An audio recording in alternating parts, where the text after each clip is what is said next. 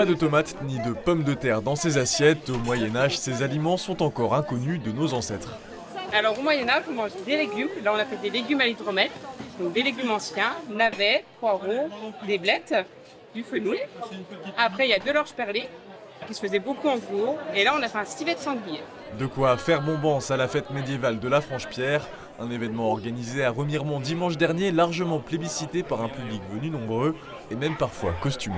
Le but, c'est de venir et puis de partager notre passion avec un peu tout le monde et de venir découvrir aussi ce nouvel festival qui ravit un peu tous les Vosgiens, parce que c'est vrai qu'on n'était pas très bien, alors qu'on a un patrimoine qui est existant, on n'est pas très bien desservi d'un point de vue histo, donc ça fait du bien de pouvoir faire en local des festivals historiques. Il y a un truc, je pensais que ça allait être plus lourd. Bon, j'ai pas réussi à planter, mais c'est intéressant. Puis c'est surtout l'idée de se dire que c'est pas réservé aux hommes. Je suis escrimeur et voilà, on voulait voir un petit peu ce qui se faisait ici à Remiremont. C'est la première depuis un moment, si j'ai bien compris.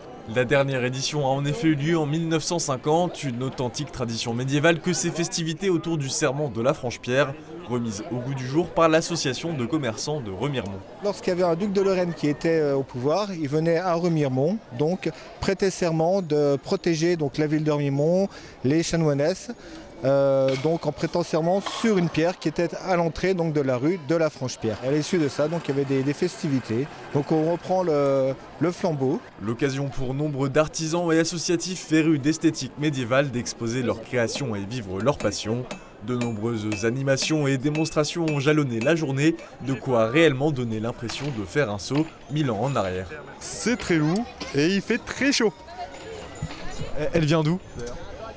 Fête maison. C'est une bonne situation, Troubadour.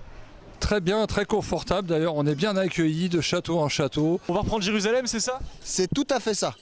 On va reprendre Jérusalem, du moins on va essayer. Pas de temps à perdre pour ces chevaliers ni pour l'association de commerçants qui proposera une nouvelle journée d'animation ce vendredi 16 août, date du départ de la 6e étape du Tour de France féminin à Remiremont.